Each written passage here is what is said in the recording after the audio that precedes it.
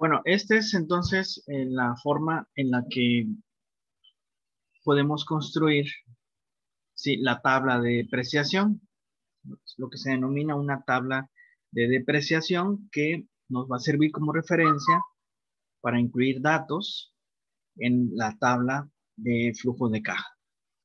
Entonces, con estos datos como referencia que acabamos de calcular, vamos a construir esta tabla que vamos a llamar tabla de depreciación. Entonces tendríamos lo siguiente, estos datos están en miles, igual para ahorrar espacio, para que se vea más presentable la tabla, y distinguimos varios rubros, toda vez que hay reinversiones que se tienen que hacer, sobre todo eh, a partir del año 6, que es cuando se amplía la capacidad de producción del proyecto y se tiene que hacer una inversión de obras físicas y de maquinaria adicional, es como tenemos los siguientes conceptos. El primero son los dos primeros conceptos que habíamos comentado, que es la obra física inicial y la obra física de ampliación. Son para irlos diferenciando. Una que se empieza en el año 6, que es cuando se experimenta un aumento en la capacidad de producción. Y también distinguimos lo que es la maquinaria inicial, la maquinaria inicial A, que se va depreciando a lo largo de esos 10 años, y la maquinaria inicial, que también se deprecia en 10 años, pero que hay que cambiar en el año 8. Esa es la diferencia. Por eso aquí hicimos una diferencia: maquinaria inicial, inciso A, y maquinaria inicial, inciso B. Estos están en miles de pesos. Estos serían los 38 millones, estos serían los 10 millones que se harían, ¿no? en esta inversión. Y aquí hemos colocado la maquinaria de reemplazo. Como se reemplaza esta maquinaria en el año 8 y se compra otra con un valor de 10 millones, bueno, la depreciación también se va calculando para el año 9 y para el año 10. Y la maquinaria de ampliación, que es cuando se empieza ampliar las operaciones durante el año 6. Durante el año 6, entonces, se empieza a hacer este aumento en la inversión, que ya se había comentado, respecto a el monto que se va a depreciar durante los próximos 10 años. Aquí ya no los pusimos porque estamos haciendo nada más una evaluación para los primeros 10 años. Se infiere que si se ampliara el periodo de análisis, pues aquí habría que incorporar los otros datos. Pero como llegamos, digamos, el corte es hasta el año 10º, hasta ahí dejaríamos la información. De aquí, bueno, simplemente hay que ir sumando la depreciación total para cada año. Este dato que está en color sombreado, color gris, ese es el dato que vamos a incorporar a la tabla de flujo de caja para poder incorporarla en ese flujo de caja. Entonces, esta depreciación total es la sumatoria, en este caso, de los 3 millones, los 3.8 millones y el millón en el cual se va a depreciar, que están en miles, y bueno, nos daría un total de 7.8 millones de pesos.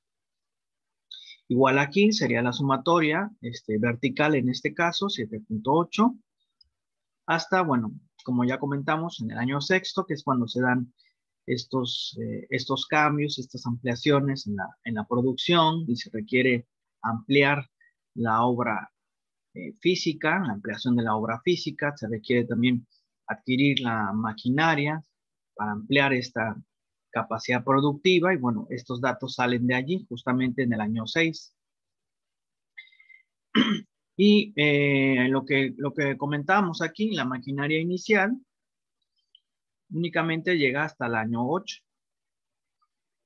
toda vez que en ese año se tiene que hacer este reemplazo, que está aquí señalado en el año 9, que es cuando se adquiere nuevamente esa maquinaria por el valor de los 10 millones de pesos y que año con año la ley nos permite depreciarlo en 1 millón, toda vez que se puede depreciar a 10 años.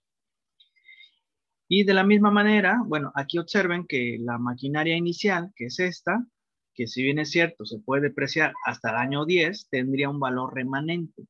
Tendría un valor remanente de 2 millones, pero como se cambia en el año 8, ¿sí? Esa maquinaria se podría vender en al menos 2 millones, que son los espacios que dejan aquí en blanco. Esto ya no los consideramos porque se reemplaza en el año 8, pero esa máquina se podría más adelante vender en al menos 2 millones. ¿Por qué en 2 millones? Porque la ley nos permite, digamos, depreciar esa maquinaria en 10 años. Y aquí nada más lo hicimos hasta el año 8.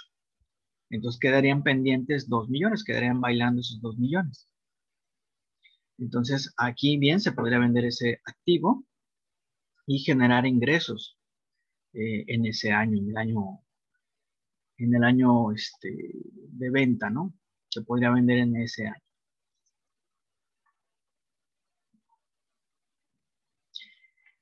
¿Dudas, preguntas hasta aquí? ¿De dónde salieron?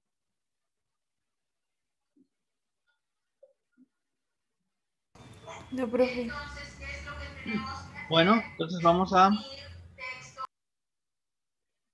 continuar esta parte. Es los gastos no desembolsables, que son ahora sí que los gastos de amortización y los gastos de depreciación.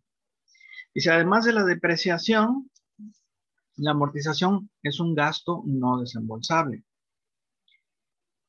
La amortización de los activos intangibles, que este es el otro tema que no hemos considerado. Aquí calculamos tan solo la depreciación, faltaría ver, bueno, qué pasa con los activos intangibles.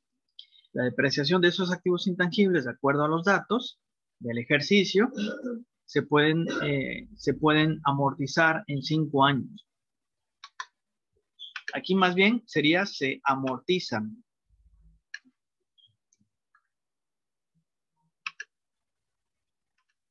Sí, esa es la diferencia. Depreciar y amortizar es la misma idea, pero aplican para diferentes cosas. Si es un activo tangible es depreciación y si es un activo intangible se le denomina amortización.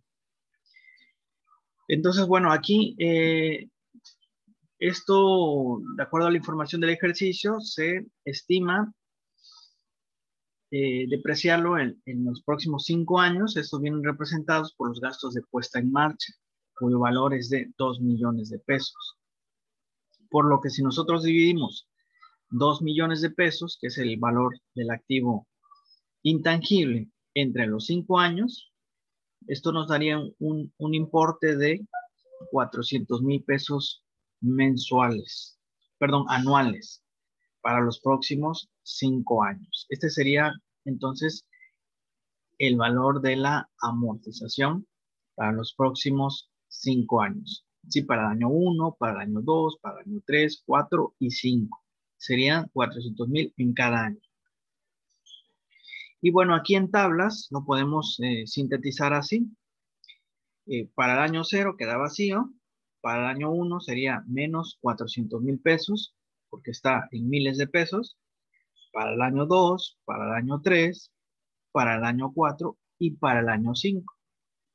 Así es como quedaría, digamos, esta tabla, esta tabla que nos permite ir integrando por partes lo que es la caja del flujo de caja, ¿no? Y lo que es este estado financiero. Y el valor en libros o el valor contable.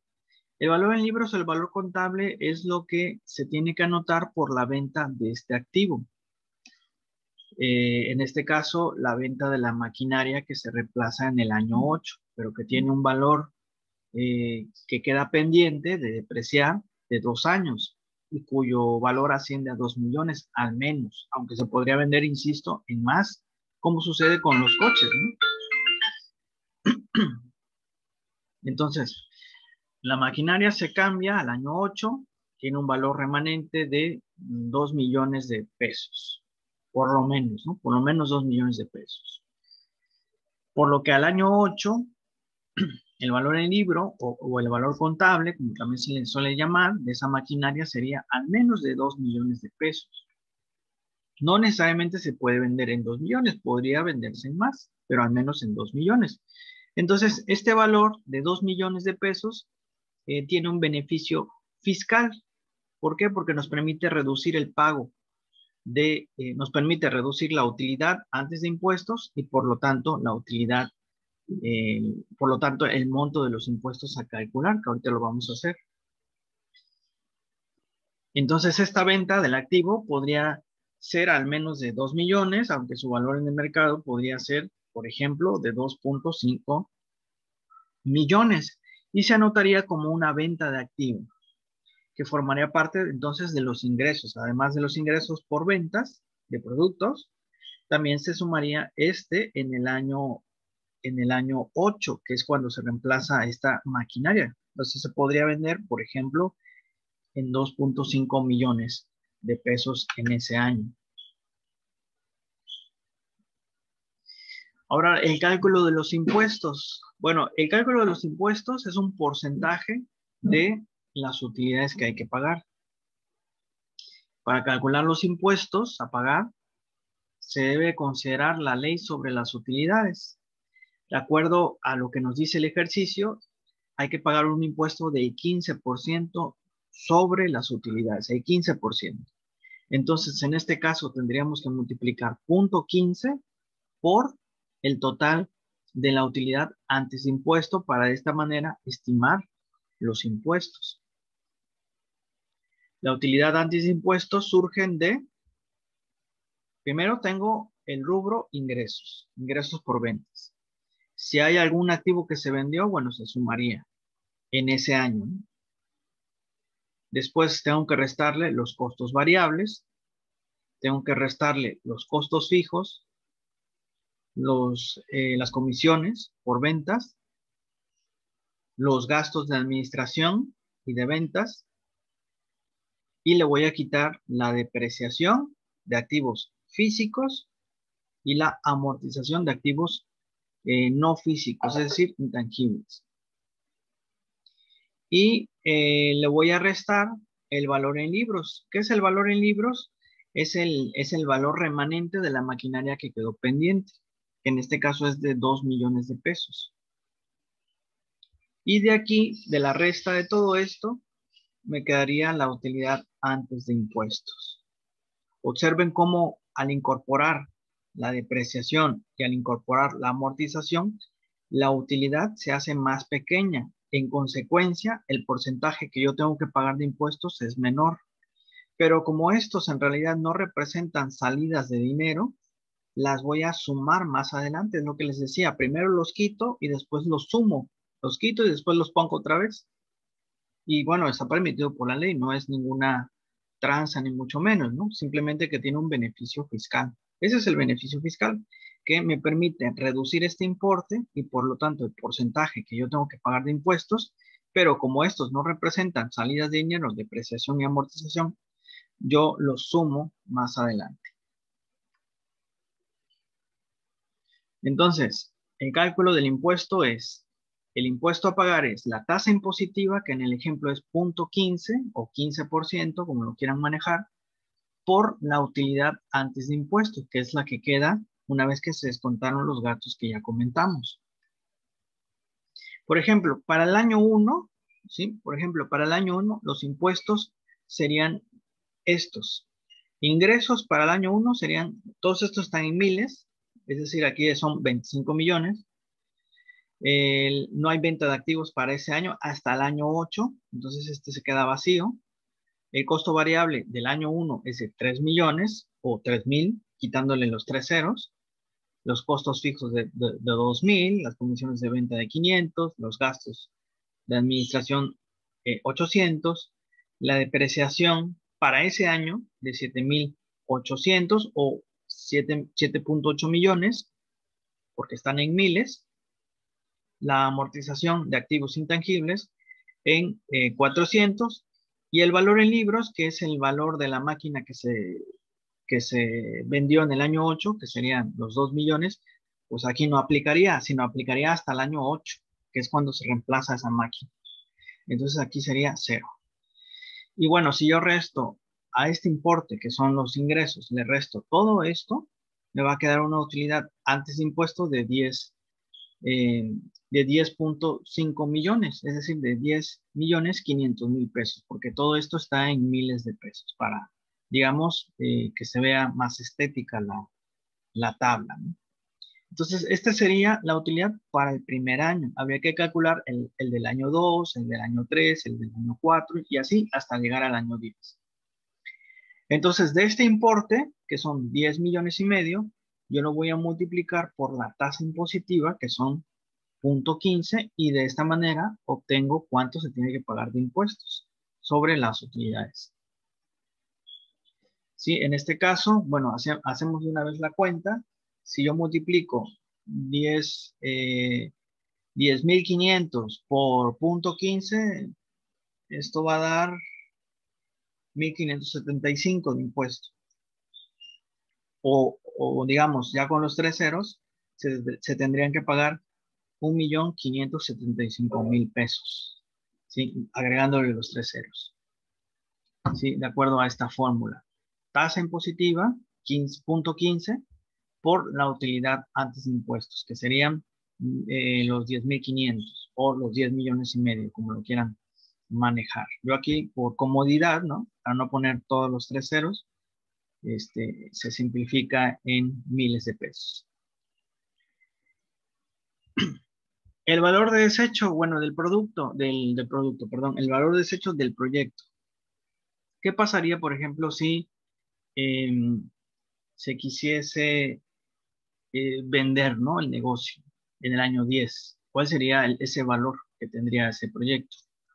Bueno, el valor de desecho del proyecto se calcula, en este caso, como la utilidad neta del último año. O sea, habría que calcular la utilidad neta del décimo año y dividirla entre la tasa mínima de rentabilidad exigida al capital invertido. Suponga que en el ejercicio se pide como dato adicional, si quieren ponerle, aparte de lo que ya vimos, que el mínimo exigido por el inversor sea de 12%.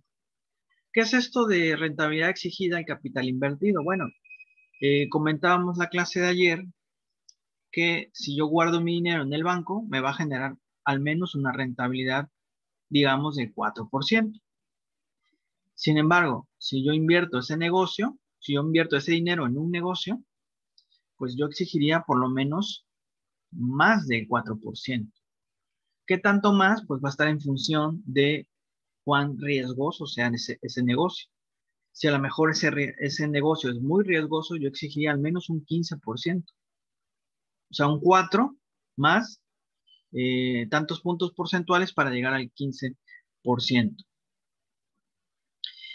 Entonces aquí el mínimo exigido, supongamos, el mínimo exigido por el inversor es de 12%.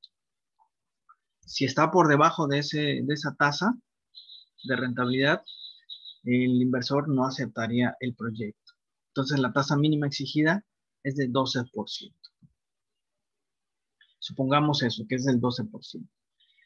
La utilidad en el año 10 sería esta. Los ingresos serían de 36 millones. No habría ventas de activos en el año 10, sino en el año 8, que es cuando se reemplaza la máquina, ya lo comentamos. El costo variable del año 10 sería de 3.420.000. Lo mismo con el costo fijo, el costo de ventas, gastos de administración, gastos de depreciación. No habría gastos de amortización porque nada más se amortizan durante los primeros 5 años. Eso lo comenta el ejercicio. Y tampoco habría valor en libros, quedaría en ceros. Entonces, si a este importe yo le resto todos estos elementos, me va a quedar una utilidad de, antes de impuesto, de 19,640. Esa sería la utilidad antes de impuesto. Entonces, si yo quiero calcular este valor de desecho, aquí la fórmula sería dividirlo entre la tasa mínima exigida por el inversionista, que es de 12%. Entonces, al dividir esto entre 0.12, que es el 12%, tendría un valor de desecho el proyecto, si se quisiese vender, de 139,117,000 pesos. Ese sería, por lo tanto, el valor de desecho, que sería en el año 10, cuando termina el periodo de evaluación. Este sería entonces el valor de desecho para el año 10. Y bueno, ya con estos elementos, digamos, con estos elementos que hemos ido calculando uno por uno, podemos sacar estos datos. Así es como luciría, digamos, lo que es el flujo de caja. ¿Sería todo esto? Fíjense cómo vamos integrando todos estos elementos. Ya dijimos en el año 0, que es el año antes del arranque del proyecto, son las inversiones iniciales, que en su momento comentamos que es la suma de los activos fijos, de los activos intangibles, de capital de trabajo, que de acuerdo a lo que calculamos, la inversión inicial sería de 121,200, porque le restamos 800 del valor del estudio, que son 800,000 pesos. La inversión en capital de trabajo para el año 0 sería de 3,150,000 pesos. Si yo sumo esto más esto, me da 124,350,000 pesos. ¿Por qué en negativo? Porque representan egresos, no representan entradas. A lo mejor si yo pidiese un préstamo, entonces ese préstamo se sumaría, pero aquí estoy suponiendo que todo se hace con recursos propios. En la próxima clase vamos a ver otro ejemplo en donde se hacen, pero con préstamo, con un préstamo, para ver la capacidad de pago del negocio. Entonces aquí son recursos propios. Esta inversión inicial y este capital de trabajo, que fue lo que acabamos de anotar. Si revisan sus notas, de ahí salió esa información. De tal suerte que si yo sumo estos, me va a dar 124,350,000 pesos. Con signo negativo porque representan salidas. Después anoto el año 1, que como ya vimos, igual pueden revisar sus notas y nada más ir, digamos, agregándole a la tablita. Serían los 25 millones durante los primeros 2 años. ¿Qué pasa en el tercer año? Bueno, hay un incremento en el precio, por eso es mayor este. Y en el año sexto hay un aumento en las ventas estimadas, que es de, me parece que de 60,000 unidades que se venden. Entonces, este importe cambia a partir de ese año. Y aquí es donde les decía, ¿no? La venta del activo. La máquina se reemplaza en el año 8. En el año 8 se reemplaza esa maquinaria adicional. ¿Sí? Esa maquinaria inicial, perdón. Se reemplaza en el año 8. Al menos se puede vender en 2 millones. En el ejemplo supusimos que se logra vender en 2,5 millones. Entonces, ¿por qué anotamos aquí 2,5 millones?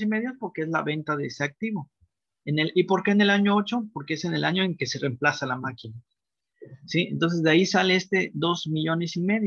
Bueno, 2,500, ¿no? Porque está en miles. Y aquí observamos lo que es y bueno, con signo positivo porque va a sumar para el año 8, ¿no? Con signo positivo porque es una entrada, por eso lo ponemos con signo positivo. Y los costos variables, bueno, los costos variables, ese también ya lo calculamos. Si revisan sus notas, ahí verán de dónde salió este dato. 3 millones para los primeros 5 años y 6 para en el año 6, que es cuando aumentan las operaciones del negocio. Y van todas con signo negativo porque representan una salida de dinero. Después el costo fijo del negocio, ya lo comentamos, ya lo hicimos, ya lo calculamos, que son 2 millones de pesos durante los primeros 5 años. En el año sexto se incrementan los costos fijos en 200,000 pesos más. Y bueno, aquí está reflejado, ¿no? Este es, digamos, lo que ya calculamos. Simplemente fue ir reemplazando ese valor. También tenemos comisiones de ventas. Este también ya lo calculamos, es un porcentaje. Recuerdo que era el 2% de las ventas. Entonces aquí fue lo que hicimos, calculándole el 2% de este, el 2% de este, el 2% de este, y así sucesivamente hasta completar la tabla en el año 10. También tenemos los gastos de administración, que los primeros 5 años son de 800,000 pesos, aquí lo anotamos, y que dan un brinco en el año 6, que es cuando aumentan las operaciones y se requiere contratar pues, más personal, comprar más maquinaria, etcétera, ¿no? Entonces pasan a 820,000 pesos, que es, aquí se ve reflejado, incluso lo puse con rojo, ¿no? Como para distinguir estos momentos clave. Y también tenemos la depreciación, que es lo que acabamos de estimar en la tabla de depreciación que hicimos en el ejercicio. Entonces, tenemos amortización de activos intangibles y también tenemos la depreciación de activos fijos, de activos tangibles. Sí, esta es la tablita que hicimos y aquí vamos anotando, simplemente vamos anotando los montos. En el año 6, bueno, hay un incremento y a partir de allí, bueno, se va dando este movimiento, ¿no? De lo que ya comentábamos, de esta ampliación de las operaciones del negocio y bueno, se tiene que comprar más maquinaria y hay más depreciación, etcétera, ¿no? Es lo que comentábamos. Lo mismo pasa con la amortización, que nada más son durante 5 años, por eso va 1, 2, 3, 4 y 5, hasta el año 5. Esa es la amortización. Ahora bien, este concepto que llamamos valor en libros o valor contable. Valor en libros o valor contable es lo que queda después de depreciar la máquina. Sí, recuerden que en el año 8, de hecho hasta por eso lo puse en rojo, para recordar ese momento, de acuerdo al ejercicio, en el año 8, ¿qué sucede? Se reemplaza la máquina, ¿sí? Pero la ley nos permitía depreciarla hasta en 10 años, es decir, que van a quedar 2 millones bailando. Entonces aquí los anoto porque tiene un beneficio fiscal. Si yo resto aquí, va a hacer que la utilidad antes de impuestos sea más pequeña, con los 2 millones que sin los 2 millones tiene un beneficio fiscal. Entonces, pero como en realidad no es una salida de dinero, yo lo quito y después lo pongo. Aquí está, ya ven, valor en libros, lo quito y después lo pongo más adelante. Pero bueno, vamos paso a paso, ¿no? Entonces ahí está en el año 8, los 2 millones. ¿Qué pasa con la utilidad antes de impuesto? Bueno, es restar este concepto, restarle todos estos. Igual aquí voy restándole todos estos conceptos que vienen con negativos. Y de aquí sale la utilidad antes de impuesto, que la puse en negritas, pues para que se vea de dónde sale este dato. 10 millones 500 para el primero, para el segundo, en el caso del tercer año empieza a modificarse, en fin. Y de aquí voy a calcular los impuestos que ya les había comentado, es el punto 15 multiplicado por la utilidad. Es aquí en donde sale. Si yo multiplico este valor por punto 15, me va a dar 1.575.000 pesos. Y así para cada uno de estos años. Son anuales finalmente.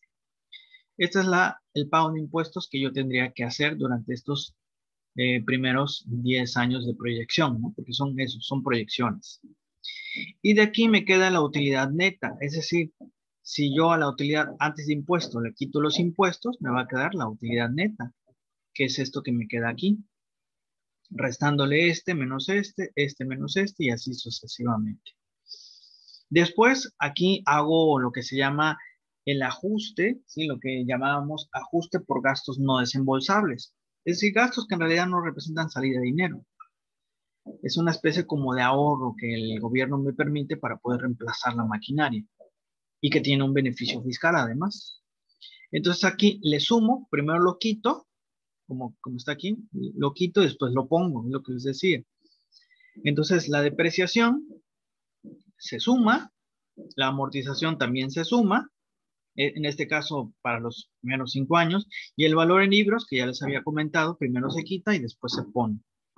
En este caso los 2 millones, aquí están los 2 millones, que es lo que restaba de la maquinaria, ¿sí? De ese valor, me quedaban 2 millones bailando. Bueno, aquí lo quité para fines fiscales y después lo puse, porque no representa un movimiento de caja.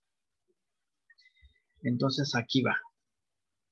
Y bueno, tenemos las inversiones iniciales que ya comentábamos del año 0. Bueno, se tiene que hacer una inversión inicial de 121.200 y de capital de trabajo de 3.150. Aquí incluye activos físicos e intangibles y aquí incluye capital de trabajo. Y como podemos ver en la inversión inicial, es en único momento. En donde sí se tiene que hacer posteriormente un ajuste es en la inversión de reemplazo. En el año 8, como señala el ejercicio, en el año 8 se tiene que adquirir una maquinaria que tiene un costo de 10 millones. Entonces aquí le pongo calendarizo, ¿no? Ese gasto que se va a tener en el año 8, lo calendarizo y lo coloco en el año 10 con signo negativo porque representa una salida de dinero. Y la inversión de la ampliación, ¿sí? Una inversión de ampliación, en este caso, en el año 5, que es de 2 millones, 20 millones de pesos, ¿no? La inversión de ampliación. Después está la inversión de capital de trabajo, que esto fue lo que estuvimos estimando, que se tiene que hacer antes de la operación, ¿sí? En el año 0, que es antes de la operación, y a fines del año 2, que ya comentábamos, a fines del año 2, y a fines del año 5, para poder entrar en funcionamiento en el año 6. ¿Sí? Estas son las inversiones en 3 momentos, en este caso, en 3 momentos que se tienen que hacer. Y finalmente, lo último que calculamos, que es el valor de desecho, que es este valor que justamente acabamos de calcular. Este valor que nada más aplica para el año 10. 139,000. Bueno, 139 millones, ¿no? O en miles, 139,000. Y ya finalmente, lo que voy a hacer es sacar el flujo de caja. Aquí obviamente en el año 0, como es el momento en donde se tiene que desembolsar para empezar el negocio, pues obviamente pues va a ser negativo, no hay ventas y por lo tanto no hay algo que yo pueda sumar. Entonces aquí estas 121,000 más los 3,000 me va a dar 124,000, que están con signo negativo. Después en el año 1, bueno, yo sumo, voy digamos, a este valor, que es la utilidad antes de impuesto, le quito los impuestos, le sumo, me queda la utilidad neta, y la utilidad neta le sumo la depreciación y le sumo la amortización del activo intangible y me llega a dar 17,125. Igual pasa con el año 2. Si a la utilidad neta yo le sumo la depreciación y yo le sumo la amortización y le resto el capital de trabajo que se hizo a fines del año 2, me va a dar este monto.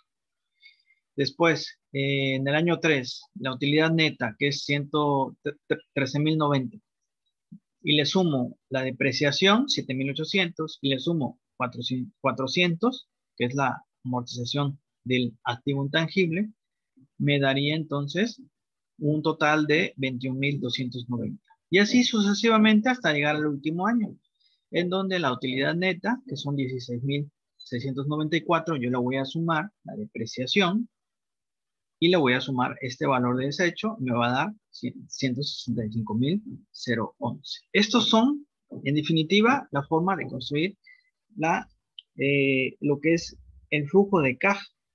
¿Sí? El flujo de caja. Vamos a ver más adelante otro ejemplo más para reforzar pues todos estos elementos.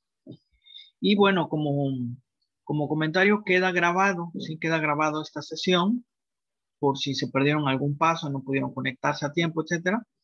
Bueno, yo voy a tratar de ahorita convertirlo para subirlo al canal de YouTube y después se los voy a compartir para que si quieren darle una checada con más calma, en un momento que tengan, lo puedan hacer. Este es un ejemplo, por lo tanto, de un proyecto que utiliza recursos propios para financiar las operaciones del negocio. Vamos a ver más adelante otro en donde se utilizan recursos propios, pero también recursos que vienen de un préstamo, para ver cómo cambia esta situación de los flujos de caja. Obviamente, aquí yo me voy a enfrentar a un gasto mayor, ¿Por qué? Porque tengo que pagarle el interés, ¿sí? Tengo que pagar la cuota, que son gastos financieros, tengo que pagar lo que es el interés. Y tengo que pagar, o sea, cuando se pide un préstamo, hay una cuota que pagar. Y esa cuota tiene dos elementos. Uno es el interés y otro es lo que va a la amortización a capital. ¿Sí? Obviamente, si alguien quiere hacer, por ejemplo, si sacó un crédito, no sé, a 2 años, por ejemplo, y el banco le dice, mira, cada mes la cuota va a ser de tanto, de las cuales tanto va a ir a interés y tanto va a ir a capital, ¿sí? Es la amortización. Entonces, si alguien tiene en un momento dado del tiempo, digamos que al final del año 1, esa persona recibe un dinero inesperado y puede pagar en ese momento la deuda, ese dinero va al banco y dice, voy a liquidar la deuda, que todo este dinero vaya a capital. Entonces, todo ese dinero se amortiza y se liquida la deuda. Es la amortización a capital. Pero bueno, eso lo vamos a ir viendo en la próxima sesión, en donde vamos a presentar este ejercicio adicional, en donde vamos a presentar qué pasa, bueno, cuando se solicita un préstamo bancario y cómo cambian los flujos de caja, que en este caso se va a tener que enfrentar a un gasto mayor. ¿Por qué? Porque hay que pagar los intereses, es decir, los gastos financieros del negocio. Y ya está en condiciones a partir de esta información, poder hacer la evaluación financiera. ¿Qué es la evaluación financiera? Bueno, es aplicar indicadores como, por ejemplo, el valor actual neto, la tasa interna de retorno, y de esta manera ver si conviene o no conviene el negocio. Al menos ya estamos caminando, ya estamos muy cerca de lograr la meta de curso, que es la evaluación financiera, y poder estimar esta parte. Ok, bueno, yo le dejaría la sesión de hoy hasta aquí para que no sea muy extensa.